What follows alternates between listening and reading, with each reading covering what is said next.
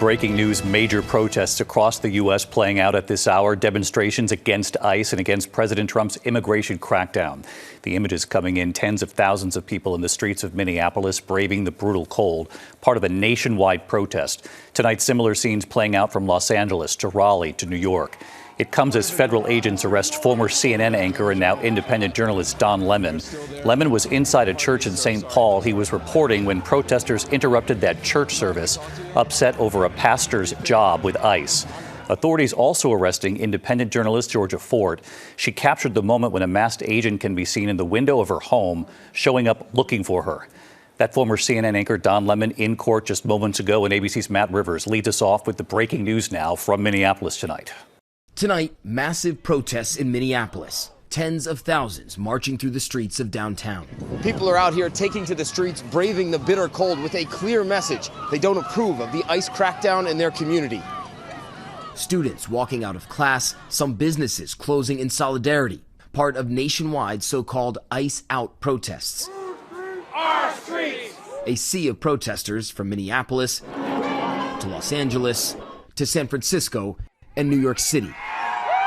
With tensions soaring, tonight the Justice Department now launching a federal investigation into the killing of ICU nurse Alex Preddy. The Deputy Attorney General acknowledging that includes a civil rights investigation. We're looking at everything that would shed light on what happened that day and in the days and weeks leading up to what happened. Pardon me, sir. Sorry about that. And tonight, federal agents arresting former CNN anchor and now independent journalist Don Lemon and 3 more people in connection with this church protest in St. Paul, Minnesota. ICE out! ICE out! Anti-ICE protesters disrupting Sunday service nearly 2 weeks ago, where one of the pastors is also the director of an ICE field office. Lemon was inside covering that protest, interviewing church members. I'm not part of the group. I'm just here photographing. I'm a journalist. Sources telling ABC News Lemon was arrested at a Beverly Hills hotel overnight where he was covering the Grammy Awards. Authorities also arresting independent journalist Georgia Fort. Agents are at my door right now. She captured video showing masked agents peering through her front window. We have the journalist live streaming as she was taken into custody.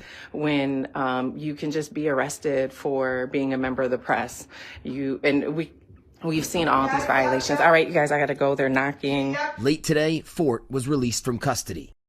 Attorney General Pam Bondi saying the arrests happened at her direction, calling this in a social media post a, quote, coordinated attack at that church. You have the right to worship freely and safely. And if I haven't been clear already, if you violate that sacred right, we are coming after you. Lemon's legal team firing back, calling it an unprecedented attack on the First Amendment. A federal judge had previously rejected the DOJ's attempt to charge Lemon, finding no evidence of criminal behavior. And just moments ago, Lemon making his first court appearance in Los Angeles. The indictment just unsealed, alleging Lemon and others went into the church and occupied space, physically obstructing those inside. The judge ordering Lemon be released. Lemon addressing reporters outside court. I have spent my entire career covering the news. I will not stop now. And I will not be silent. I look forward to my day in court. Back here in Minneapolis tonight, tens of thousands taking to the streets, demanding change. Are you hopeful things are going to change? Are you skeptical? I'm hopeful and skeptical.